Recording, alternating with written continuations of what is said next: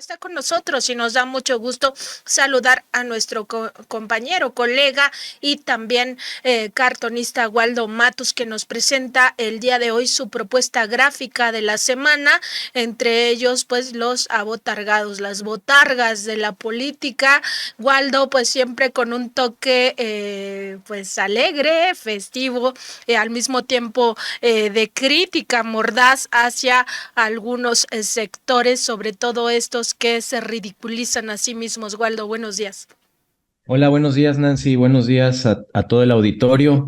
Sí, pues eso, como bien dices, este sector de la oposición me parece que no está teniendo claro sus carencias, no están teniendo claro lo que han venido sembrando a lo largo de los años en algún momento comentaba aquí que me parecía que era como, o que actúan como este novio psycho que primero te golpeó, te trató mal, te injurió y tú le diste una oportunidad, dos, tres, todas las que eran posibles y, y hasta que llega un momento en el que te hartas, le dices, ¿sabes qué? Ya no puedo seguir contigo.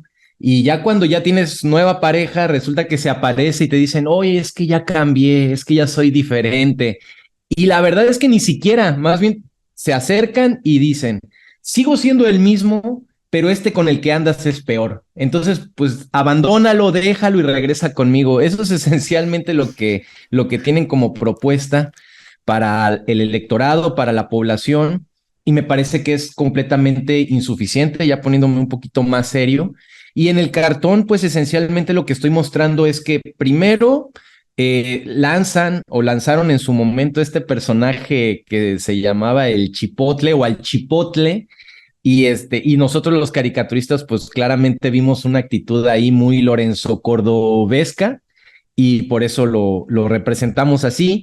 Tenemos por el otro lado a una oposición que defiende a capa y espada a los jueces de este país, particularmente a los de la Suprema Corte de Justicia de la Nación, cuando sabemos, y esto es una crítica que se había venido haciendo a lo largo de los años, y ahora que está este presidente y que es él el que señala estas cosas, pues ya se les olvidó y resulta que el Poder Judicial es impoluto, no hay nada que criticarle y salen en defensa a ultranza, a veces hasta excesiva, en favor de Norma Piña, ¿no? Entonces, pues es una piña, pero es piña fiel a los intereses justamente de esta oposición y de los intereses creados en el poder económico, y eso es lo que muchas veces suelen mostrar incluso con sus comunicados. El día de ayer estaba leyendo un comunicado sobre una decisión que tomaron sobre Pemex y lo que comentaban en ese comunicado no tenía nada que ver con cuestiones relacionadas con la ley o con la constitución, sino que era un asunto, ellos lo planteaban desde la perspectiva económica, que era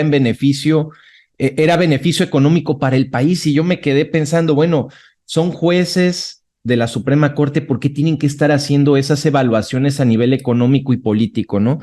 Y así, pues defendiendo este tipo de cosas, como si no hubiera cosas, como si anteriormente no se hubiera denunciado que había que criticar lo que sucedía en el Poder Judicial. Y por último, pues vemos que se para Xóchitl Gálvez en la mañanera, toca la puerta y ya la declaran posible candidata a la presidencia. Entonces, pues básicamente lo que muestra en el cartón es que pues es muy lógico que si han defendido o a ultranza estas cosas, pues cómo no van a declarar candidata a la presidencia a este personaje que se viste de botarga, ¿no? Pues Waldo, ya en la desesperación, prácticamente estos grupos opositores, porque ya pues ver en una persona como Xóchitl Gálvez una posibilidad, te habla de la crisis que están enfrentando. Digo, más allá de que si esta persona se ridiculiza a sí misma y muchos pensábamos que quizá iba a llevar las cadenas para amarrarse ahí a una puerta de Palacio Nacional hasta que le dieran audiencia, o quizá tal vez una botarga, pues más allá de eso, al final te habla de la desesperación de estos grupos conservadores de oposición. Sí, totalmente. Y es eso de que cuando surgió esta frase de que no entienden, pues me parece que sí es muy sintomática de la realidad que están atravesando. Insisto, o sea, sembraron mucha inconformidad, sembraron mucha discordia y ahora vienen a decir que tienen la intención de nueva cuenta de regresar al poder, pero ¿para qué? Para lo mismo. Y por más que intenten, es más, todo se reduce en decir, este gobierno es peor, las cosas están peor que antes, regresemos a lo que ya estábamos planteando nosotros. Y la gente pues ya no se deja engañar con ese discurso.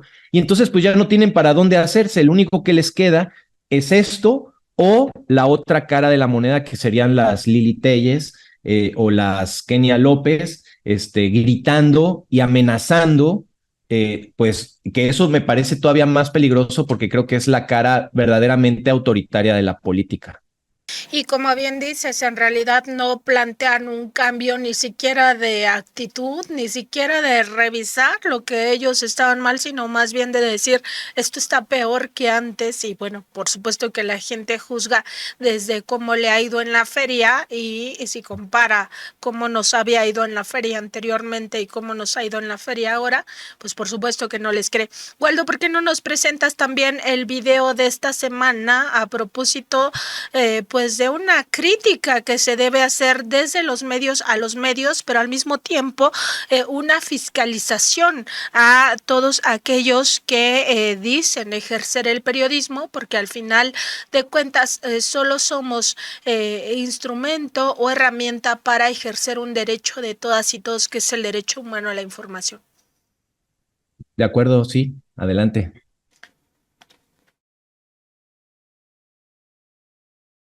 El periodismo sin ética no existe.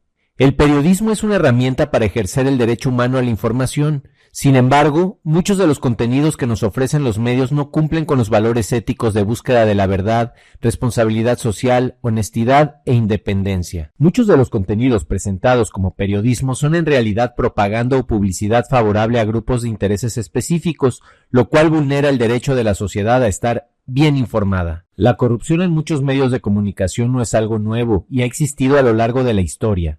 Desde silenciar eventos como la Guerra Sucia, las masacres como la del 68 o Aguas Blancas, hasta firmar pactos para callar crímenes de lesa humanidad, los medios han traicionado constantemente al pueblo. La forma más burda de corrupción en el periodismo es recibir sobornos o favores a cambio de alterar noticias.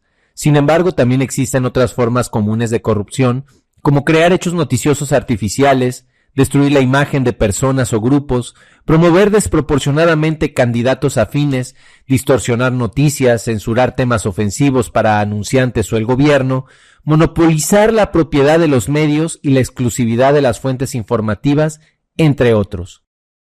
El Código de Ética de la Organización Mexicanos contra la Corrupción y la Impunidad, por ejemplo, permite a sus colaboradores recibir regalos, dinero y beneficios económicos de forma personal, lo cual va en contra de la ética periodística. Además, garantiza opacidad en los registros de sus donaciones. De acuerdo con la Carta Mundial de Ética para Periodistas, el o la periodista no debe utilizar la libertad de prensa en beneficio de intereses de terceros y debe abstenerse de recibir cualquier provecho por la difusión o no difusión de la información.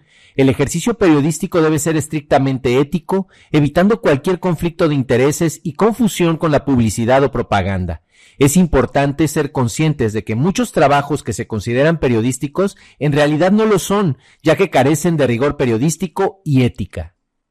Esta y más información podrás encontrarla en tu revista Contralínea. Waldo, pues siempre este toque de humor en temas que son realmente muy, no sé si llamarlos serios o pues fuertes, ¿no? Todo aquí pues una revisión a lo que ha acontecido con la prensa. Pues fíjate que yo creo que esos son temas serios.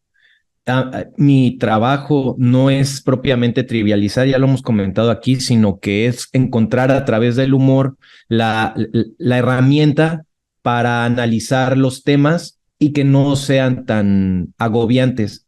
Y el caso de la prensa, sí la verdad es que me interesaba abordar el tema, me gustó cómo lo abordaste tú en tu análisis, porque son temas que hay que tocar también. Y algo que yo noto que brilla por su ausencia en la prensa es justamente la crítica a la prensa. Aquí hemos comentado, y no está de más reiterarlo, el hecho de que se habla de la crítica al poder y en esa medida y en ese sentido hay que tomar en consideración que la prensa a nivel mundial es un poder, es uno de los poderes fácticos, al grado de que en su momento se le ha llegado a considerar el cuarto poder.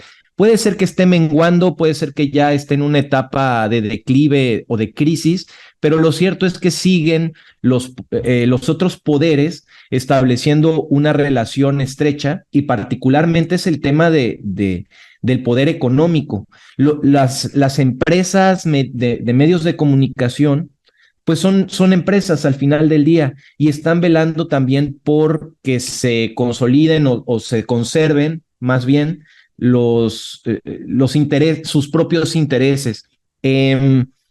Y esto es histórico, o sea, esto no es como que sea exclusivo de nuestro país o de esta época, es algo que históricamente ha caracterizado desgraciadamente al periodismo. Existe esa corrupción dentro del gremio, dentro de este ámbito, y digamos que es natural, pero es muy necesario que se denuncie porque de otro modo se convierte en la constante y no queremos que eso suceda. Está este dato de que a finales del siglo XIX surgió, como lo pongo como ejemplo, como contexto, el tema del periodismo el amarillista, que surge a raíz justamente de un empresario de la prensa que era William Random Hearst, bueno, el término surgió porque en sus periódicos justamente se publicaba una tira cómica que se llamaba Yellow Kid, y tenía estos como detalles en impresión amarilla, y de ahí surgió el término amarillismo, pero también tenía que ver con que este empresario, con tal de seguir generando dinero, generar ingresos, se inventaba noticias, inventaba datos para sobornar a políticos y demás, ¿no? Una costumbre que desgraciadamente se fue expandiendo en diversos medios de comunicación y me parece que un periodismo profesional tiene que hacer o tiene que también detectar estas cosas y denunciarlas. Así que, pues en ese sentido, me parecía interesante que tú lo hayas planteado y que pues se haya hecho este video pues representando estas distintas situaciones, ¿no? Que son graves, o sea, el ocultar información. Fíjate que ahorita justamente estoy leyendo un libro de Enrique Serna que se llama El vendedor de silencios, que es sobre un periodista, entre comillas, mexicano, que se llamó Carlos de Negri. Y se llama El vendedor de silencios, y eso es así, me impactó, la verdad, porque lo que vendía él era su silencio. O sea, él tenía información privilegiada y se iba con los políticos de la época. Estamos hablando de los tiempos de Ávila Camacho en adelante, y les decía, oye, pues yo tengo esta información tuya, yo sé que tú tienes ahí un dinero que te robaste, si quieres que me quede callado, pues te vas a tener que mochar. Entonces, pues ese tipo de cosas, la información es poder, y hay quienes la utilizan de forma negativa, y nosotros creo que tenemos que estar al pendiente de eso, y como bien dices tú, eh, se debe de ejercer el periodismo de forma ética, responsable y sobre todo en el sentido de la responsabilidad social que implica. Pues totalmente de acuerdo contigo, Waldo, sobre todo esta parte de cómo algunas ocasiones es el silencio, o sea, la censura, la autocensura de temas que son de mucha relevancia para la sociedad. En otros es la confección de historias amañadas, de historias tergiversadas a propósito de intereses ajenos a lo periodístico, y en otras pues ya de plano cambiar totalmente la realidad por noticias falsas.